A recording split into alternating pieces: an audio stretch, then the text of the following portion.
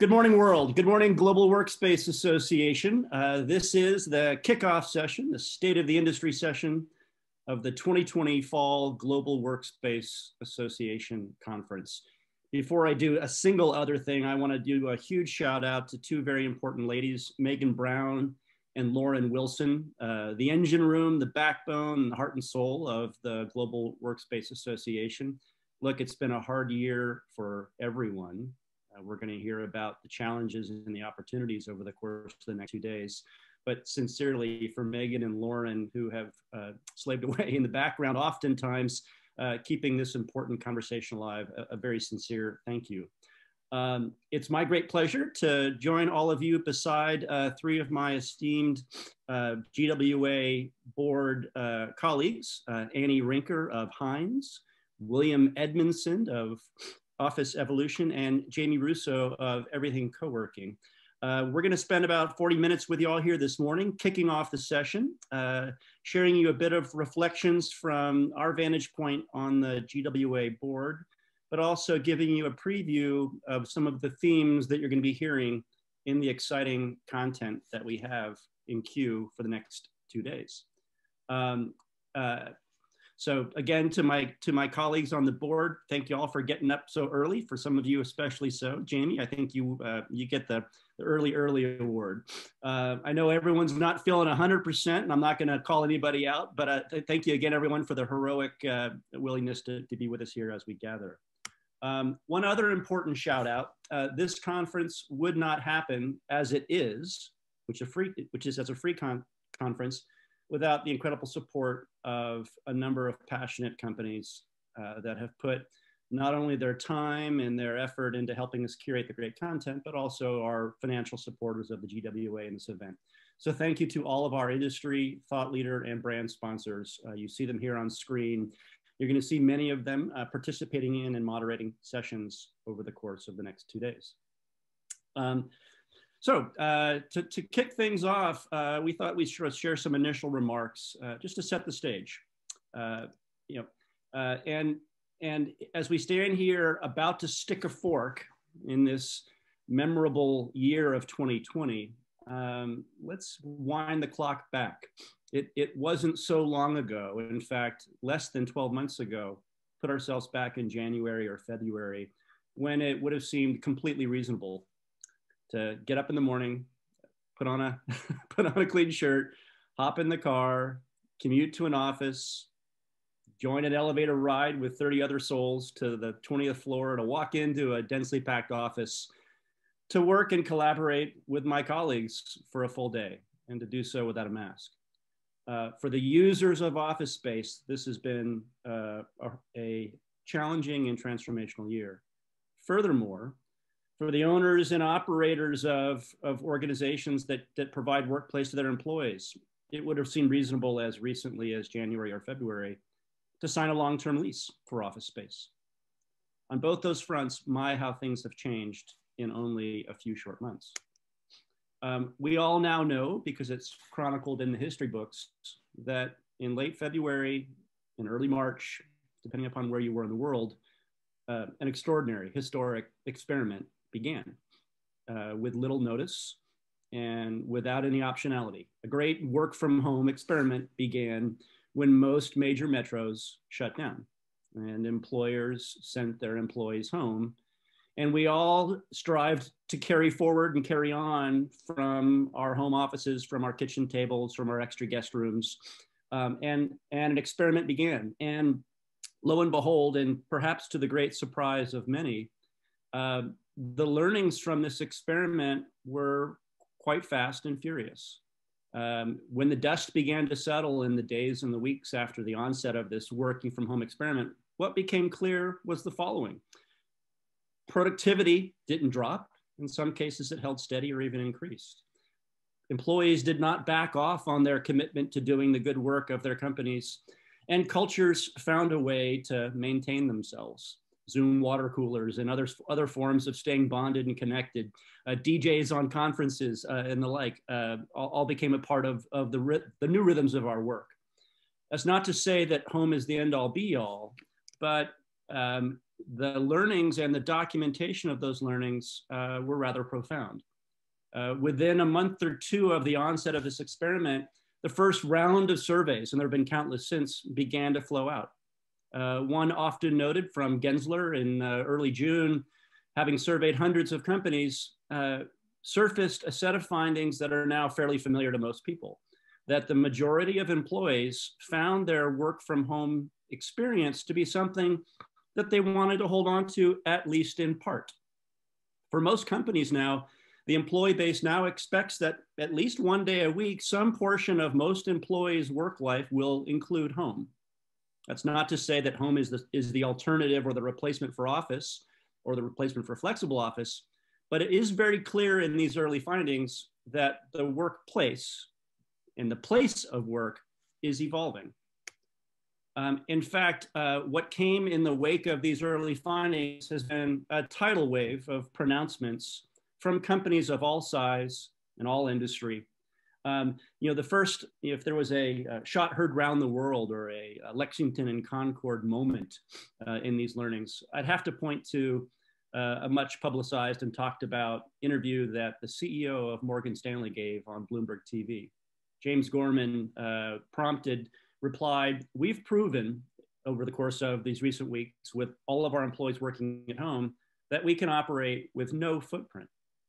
He went on to suggest that clearly we will need much less real estate. This a comment coming from an industry that's never been accused of being progressive as it relates to workplace, a very presenteeism organization, a financial services company. That happened in late April, less than 6 weeks after the onset of COVID and the work from home experiment. In the weeks and months that followed, hundreds of companies of all size, but certainly figurehead firms like Facebook and Okta and Shopify and Twilio came out and declared that their philosophy around work and workplace was going to evolve radically. It was going to involve work happening in multiple places. Put whatever name you want on it: distributed work, remote work, work from anywhere, flexible office. What was clear and what remains clear is that there was enormous change afoot. As we start to look through to a restart of a new year, to 2021, and as we reflect on the learnings and the changes that are now becoming the planning and the stage setting for the future of the office industry, let's put a name on this. I think we can look at this broadly and recognize that we are at the dawn of a new age of workplace. I'll give it a name here for today: the dawn of work from anywhere. And in the work from anywhere age that we're entering, the workplace is one that involves not just a headquarters, not just a co-working space, not just home, but it's all of those things. Furthermore, in this age of work from anywhere, the employee has newfound autonomy. They're being given flexibility and choice by most employers. What does that mean? That means that the decision for where an individual is going to work on a given day probably rests with them. And it's probably a decision that they're making as they wake up in the morning at their home. On a given day, workplace might be staying at home, or it might be tapping into a flexible office.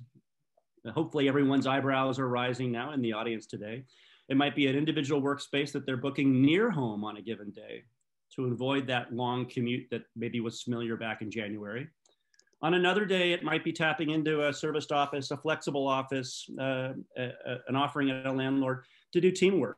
Because certainly one of the things that we know we yearn for here, 9 months into this horrible pandemic, is that it really does mean something to be with others, to be present with them, to be able to scrum on a whiteboard, to look across the table, to see the gestures, to have that water cooler moment.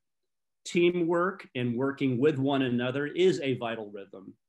That too, though, in the work from anywhere age, is something that's likely to happen in more places than in the past. In the past, that teamwork largely happened at the headquarters. Is headquarters dead? Of course not. Is the office dead? Of course not. There will be those days for some employees, in fact, most days for some employees, where they do return to that familiar headquarters office. And for other employees who work most of the time at home, headquarters might be a place they touch into less periodically, but when they do, it'll be a meaningful activity. Writ large, the workplace then is going forward a combination of these three things. with our customers, the end users of our spaces, having a level of choice and autonomy that they'd never enjoyed in the past. So where does that put us? Here we are, it's December 2020, again, a year I'm ready to forget. But where do we stand? I'd like to suggest it's a little confusing still. In fact, there's a uncomfortable tension. I'll call it a multiverse. If we want to get sci-fi here for a minute. On one hand, here we, standing in December of 2020, it feels like the best of times. And by that, I mean, my goodness, the outlook for the flexible office industry, which was already strong in January in the wake of 10 years of extraordinary growth, the outlook for flexible office with large companies and small voicing their intents to adopt more use of it, with employees recognizing that working near home or collaborating in smaller formats and co-working spaces is desirable. Wow, the outlook has never been stronger. The predictions that everyone talked about a year ago of 30% of enterprise offices being flexible by 2030, there's been a massive time shift. Those predictions are all now accelerating. It would think, my goodness, we should all be building more and preparing for an onslaught, a tidal wave of new customers. That's the rosy outlook. But we also know in this weird, bizarro, multiverse world that we're standing in here on December 8th, 2020, but that for many of us, in fact, probably for all of us at some point in a given day, it feels like the worst of times.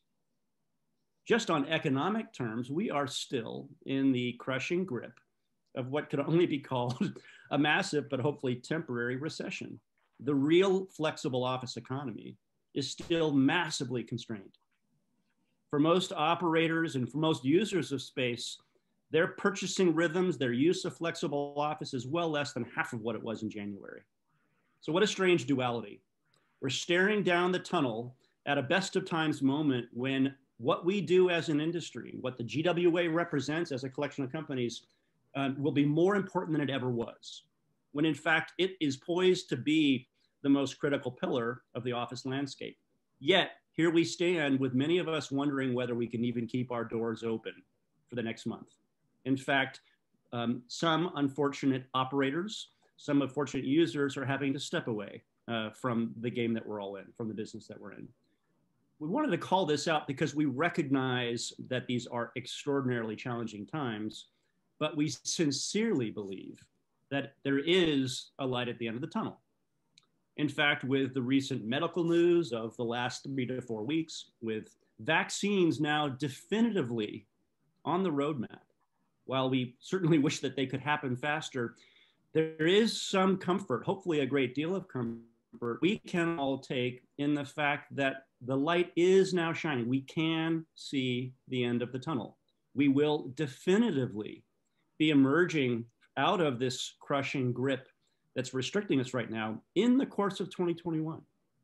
We will definitively be coming out of this in 2021. Do we know exactly what day, what week, what month that will happen? No. But in contrast to what we might have said even just 6 weeks ago, the clarity, the light at the end of the tunnel is now in sight. And with that, several things to consider. One would be that as that light is starting to shine, a thaw is coming. Large companies and small are beginning to re-accelerate their planning work. They're beginning to make the decisions about how they're going to re-enter. They paused those. They're beginning to contemplate where and how they will be adding property to their portfolios. Employees and individuals are beginning to contemplate and educate themselves on how they're going to begin to emerge from the protection and the safety and the isolation of their homes. There's a light at the end of the tunnel. We should not, at this point in time, be sitting on our hands. Furthermore, if I reflect over perhaps a little bit of the silver lining, and I use that term very, very, very gently, because we're still in the grips of something that's having extraordinary human cost to us, and we're not out of the woods. But let's recognize that the learnings of these last 9 months have driven and are continuing to drive accelerated innovation. There's pandemic-induced innovation. Innovation is happening in the way that corporate real estate leaders think about what and where and how workplace is going to be and operate. There's innovation happening in the technology realm in terms of how users of space and providers of space can better connect with one another to create even more delightful experiences. There's innovation happening in terms of what flexible office even is. New entrants are entering this market, recognizing that assets that they have that they had never considered as workplace might have newfound relevance. It is game on. It is the Wild West. Whole new sectors, whole new approaches are being charted. It is game on. I stress that because I'm extremely excited about the content that lies before us in the course of the next 2 days. We've strived, the board and the others that have been involved in planning have strived to bring some fresh new faces and some fresh new perspectives that reflect some, but not all of this innovation. Our goal today as the GWA is to continue to provide, in the course of the next 2 days, some interesting conversations. You know, we describe the association as a big tent with multiple constituencies: co-working space operators, large and small, serviced office operators, building owners, large and small, institutionals like Hines and small individual local operators, new players like Marriott Hotels, Avalon Bay Apartment Complex, technology providers, both some of the familiar players like Instant and Ascensus and Office R&D that have been the backbone of the GWA for quite some time, but new players who are diving in and thinking of new induced innovation-inspired solutions. So what does that mean? Thematically, Annie and William and Jamie and the broader members of the board and the association, we sincerely believe that now is a time to invest, at least energetically. Now, invest oftentimes connotes the notion of capital.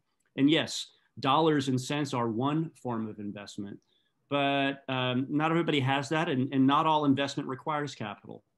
We believe that now emotionally and mentally is a time to invest. It's a time to sort of gird ourselves and begin to think anew. The light at the end of the tunnel is clear, it's coming at us. And investment can be applied in terms of human capital, i.e. our thinking, our energy, our attendance at this conference. Yes, indeed, there is financial capital as well. That's beginning to flow. There are investors and financiers that recognize the importance of the flexible office industry, that recognize that an enormous quickening, an acceleration is underway. Capital will be making fresh and new bets on how to exploit this incredible wrinkle in the fabric of history. And yes, as well, technology is a place for investment. So 3 levers to think about, folks: human capital, financial capital, and technology. With that, I'm going to throw it over to Jamie Russo as the first of sort of 3 sort of talk tracks to give us a preview of some of the content that lies before us in the course of the next 2 days. I'll stop sharing my screen, Jamie, and throw it over to you. I think I'm good. Good morning, everyone. Sorry if my voice is a little fuzzy. It is 6:19 a.m. on the West Coast here. I see many familiar faces. We're thrilled to have you all here. I want to give you, William and Annie and I are going to walk through a few themes and give you a little bit of a preview of what's to come over the next 2 days.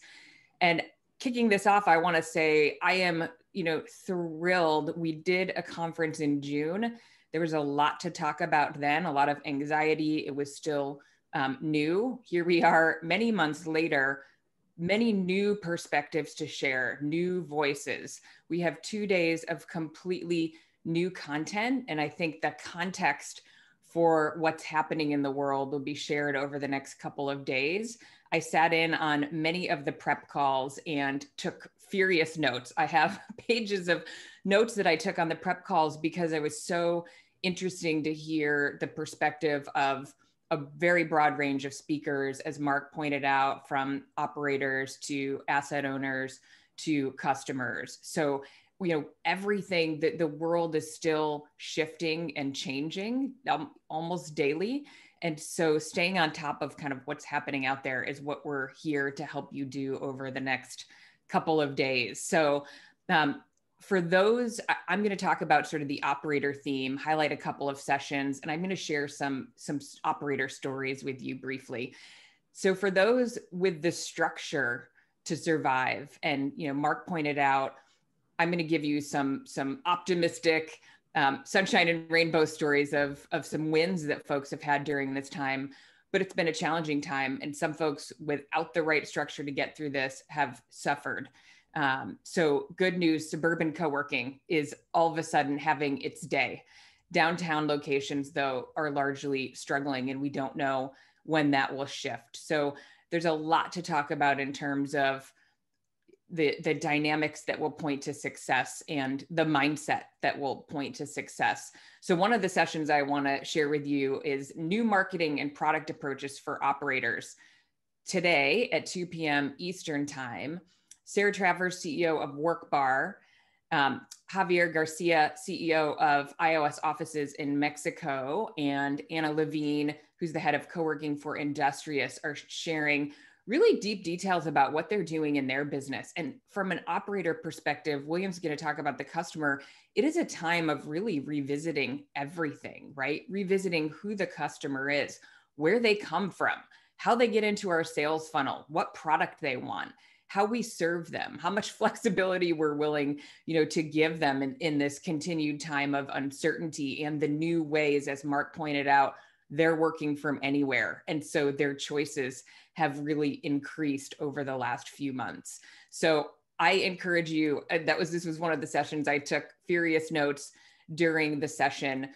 They're going to talk about the research they've done on the customer, how they're approaching, what their marketing messages look like, what they've learned about how people are working and how they can serve them. So don't miss that one.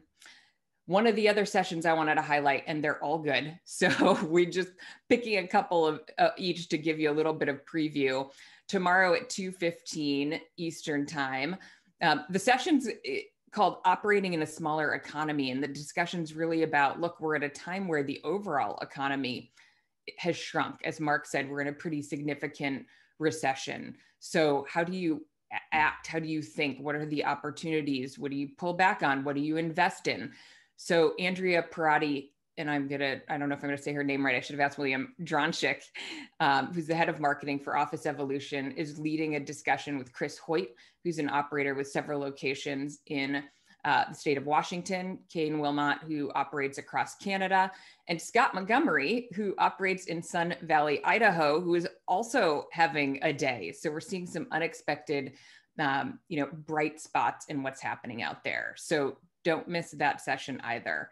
And I'm going to quickly do a screen share. I won't take too much time on this, but I wanted to share a couple of just kind of innovative stories that we've seen out there from our GWA members, folks that I work with. And so I know their stories. And I know as operators, many of you on the call, on the webinar today are operators. As Mark said, we have a tent with a range of constituents in the flex office space.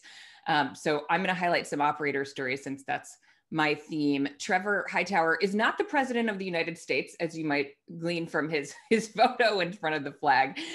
He's the president of Craftwork. And TREVOR shared with me a really frank story the other day. His model, so I met TREVOR when he was running a small co-working space in the lobby of a multifamily building. And he has evolved over time. He joined the Craftwork team a couple of years ago. Their model was coffee plus co-working. So trying to leverage the value of doing both of those together and the revenue opportunity. And he was signing leases to be an amenity in a family lobby. He's going to be on the podcast. I host a podcast called Everything Co-working. He is a guest soon, so you can hear his full story. And he shared that in April, he sat with the team and they said, look, we can't sign leases anymore. And we have a session on management agreements that I don't want you to miss either. And he said, they pivoted into an amenities as a service model, no more leases. And he said, look, we probably never would have made that decision if we weren't forced to. They've done some strategic thinking and started to say, what ifs, but it would have been sort of business as usual, most likely for a much longer time. And he said they're very optimistic and excited about this potential. And they've already done a beta test of this offering in 2020. And so for him, a bright spot of a decision he was forced to make, like many of us, they closed all of their locations for a period of time, which was pretty dramatically devastating to them financially. Mike Franson, who's been a speaker at the GWA before. Oh, you know what? Sorry, wrong line there. He's not the president of Craftwork. He was the COO of Parkway Realty Trust. He took some time off to decide how was he going to contribute to the next phase of what's happening in the workplace. And he just sent over an update. He has launched a new website called Working Without the I. And the phrase that he has on his website is tomorrow came early, which is a really big theme that we'll be hearing over the next couple of days. The acceleration of the things we thought would come over the next 5 years are here. So he's working with asset owners to take back control of their asset and think about how they're going to attract customers in this shifting economy. And Justin Clemens, so a totally different example. So Justin owns a co-working studio called Flock for creative folks. That is his niche. All the folks in his space are photographers, other types of creatives. He's a photographer for the Wall Street Journal. He shoots folks like Mark Cuban. And they saw obviously a dramatic reduction in the members that were coming in. And he said, you know what, I'm going to take this opportunity to add a digital educational layer to my membership. So he started a membership to teach photographers how to light professionally. And so he now added, partly because it was the time, he had the time and he needed the revenue to add this to what he's doing. Susan Glosby, I don't know if Susan's on today, owns Workaway Solutions. She's a co-working space within commuting distance of Washington, D.C. She's in a suburban location and good opportunity. She expanded her space, added more private space, and flipped to a joint venture with her landlord. Again, we have a discussion about creative relationships with your landlord coming up later in the agenda. Jess Bomarito is in Canada. She spoke at our last conference. She and her husband bought the commercial building that their space was in April and relaunched to be digital first with a co-working space as an add-on. Jerome Chang, hacking the ability to offer his members healthcare through a really creative structure. His downtown locations in LA were suffering from occupancy and vandalism. So some not so positive stories for Jerome, but he's always looking for, okay, how do I see the light at the end of the tunnel, as Mark showed? So looking at how can he serve his members even when they're not coming into my physical space, and providing healthcare access was a way for him to do that. Kim Lee owns Forge, a co-working space in Birmingham, Alabama. We're going to give Kim some high fives over the last few months. She had just celebrated an expansion of her event space in Birmingham, which did not serve her well over the next several months, but she launched a podcast telling the stories of entrepreneurs of Birmingham, and no one else is telling those stories. And most of the members are from her space, and I've been listening. It's a great show if you're looking for another podcast to add. And she launched the beta chapter for the GWA, the Birmingham Co-working Collective. So I'm going to skip through these because I suspect I'm running out of time here. One last one, Amy King, co-founder of Good Co-working in Dallas in November. They received the gold certification for the city of Dallas's green business certification. And one of the other themes that's going to start to come up over the next couple of days is the importance of wellness overall as a theme as folks come back to work. So I just wanted to kind of wrap up my section by showing off some optimistic stories of ways that operators have sort of taken this opportunity to invest, to Mark's point, not always financially, but in ways that they're serving their community or serving their business for the long term. So I'm going to cut myself off here. I can't wait to see many of you over the next couple of days in our sessions. Annie Rinker is going to share some themes that she's seeing from the owner perspective. Annie, turning it over to you. Thank you, Jamie, and thank you for those inspiring stories. I think it's exciting. Mark touched on it, but there's a lot of opportunity coming down the pipe, and hopefully we'll give you some real tools and resources over the next 2 days on how to harness those. So I'm Annie Rinker with Hines, and I represent under our tent the owner landlord side. And I think the pandemic has been a fascinating case study for us to look at. It was back in April and continues to be as things are evolving. But I think even before the pandemic, the office world was shifting, and developers, owners, landlords, companies like Hines, large and small, we all saw that the way tenants and our clients occupied office space and the way that employees perform their job today, fundamentally, it's shifted. It's different than it was 5 years ago, and it's only continuing in that direction.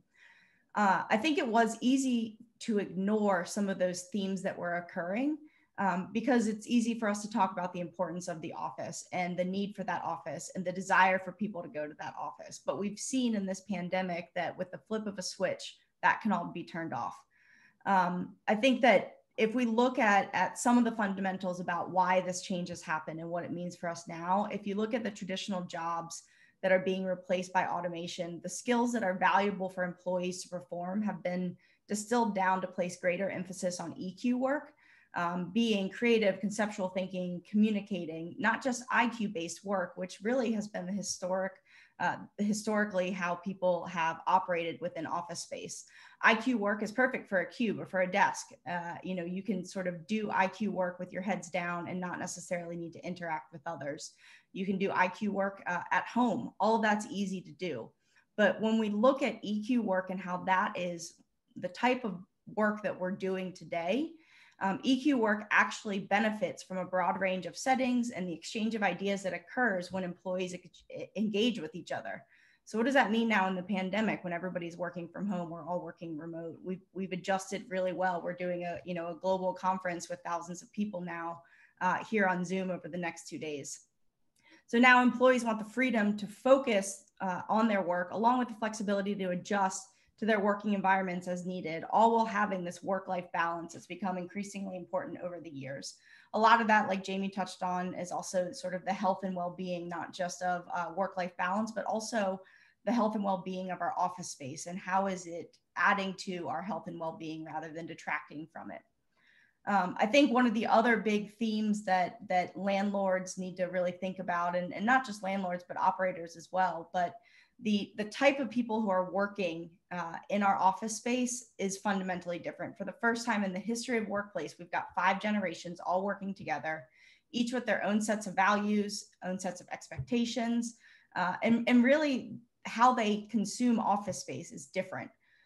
We have to think about millennials, but more importantly, I think the generation that comes after the millennials, the Y generation, or what are also known as digital natives. These are a group of individuals who were born with access to integrated technology and a belief that information and services should be easily accessible and transparent.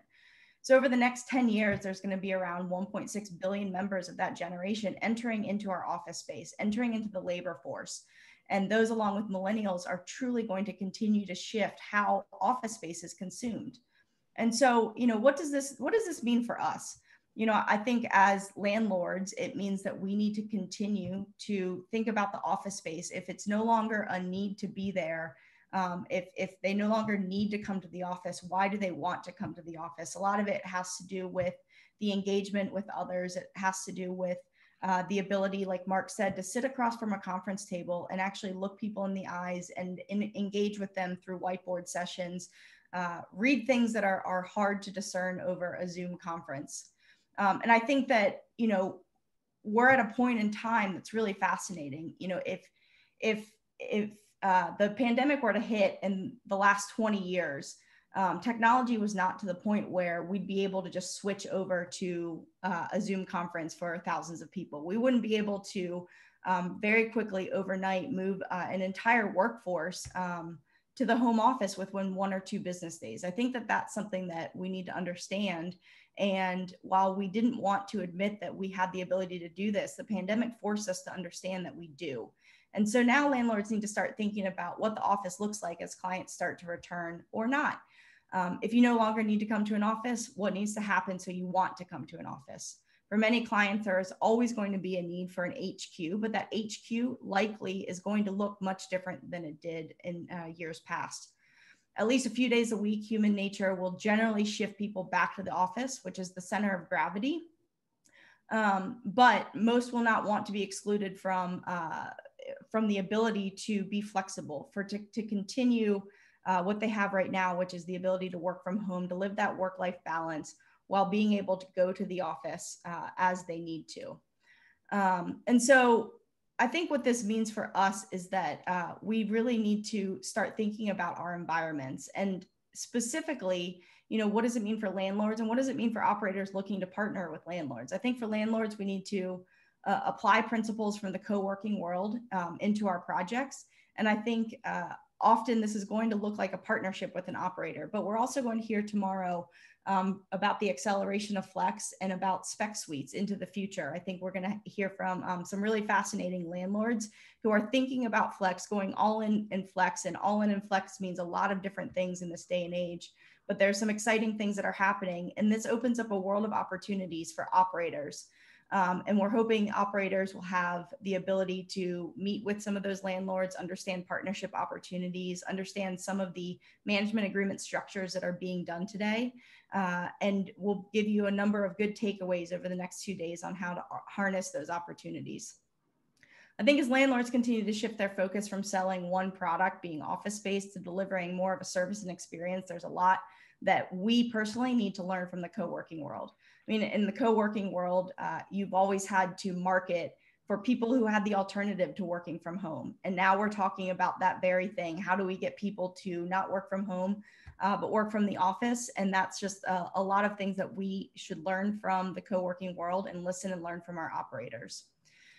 So without further ado, I'm going to pass the baton over to William, who's going to speak specifically about members and our clients. Thanks, Annie. Great stuff. Hey, we all know that there is a light at the end of the tunnel. What we don't know is when we're going to get there. Opportunity's on the way, but we've got to remember that we have got to focus on the customer.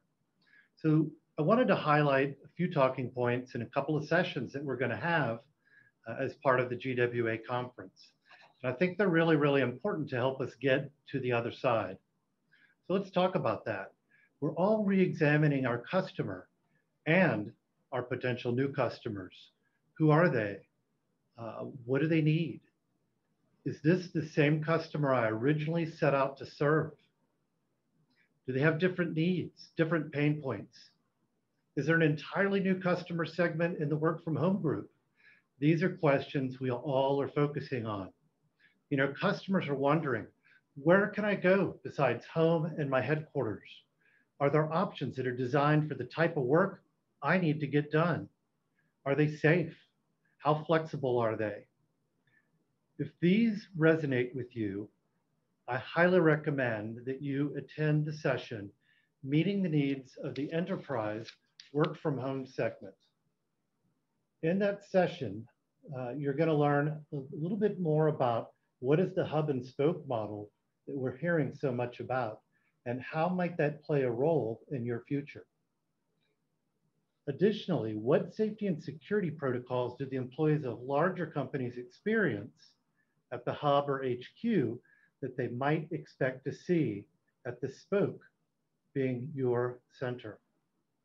What pandemic behaviors will persist even after the vaccine that might drive operator investment in safety and security? These are really great things, and you're going to hear from our own Jamie Russo, CEO of Everything Co-working. You're going to hear from Mick Hayes with IDC, Future of Workspace and Imaging in Europe, and he'll add a little bit different flavor from across the Atlantic. And then we're also going to hear from JEROME Bernard, CEO for North America of Ascensus. We're going to get their perspectives on how we address these things. There's another session I think you really should take the time to attend. That's called Designing to Create Customer Confidence. Really, if you think about it, that makes total sense. Designing to Create Customer Confidence. Kate North, Vice President, Workplace Advisory, Colliers and Global Chair of Workspace Evolutionaries, is going to moderate that panel. And it's going to be a discussion not just on safety, but on the broader notion of workspace and well-being. Really important. And also how wellness expectations are going to be really amplified in a post-COVID world.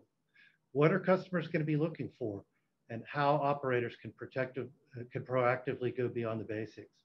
Really important stuff. So you'll want to for sure see those two things. And then I just wanted to add that there is a theme that runs through our whole 2 days of content.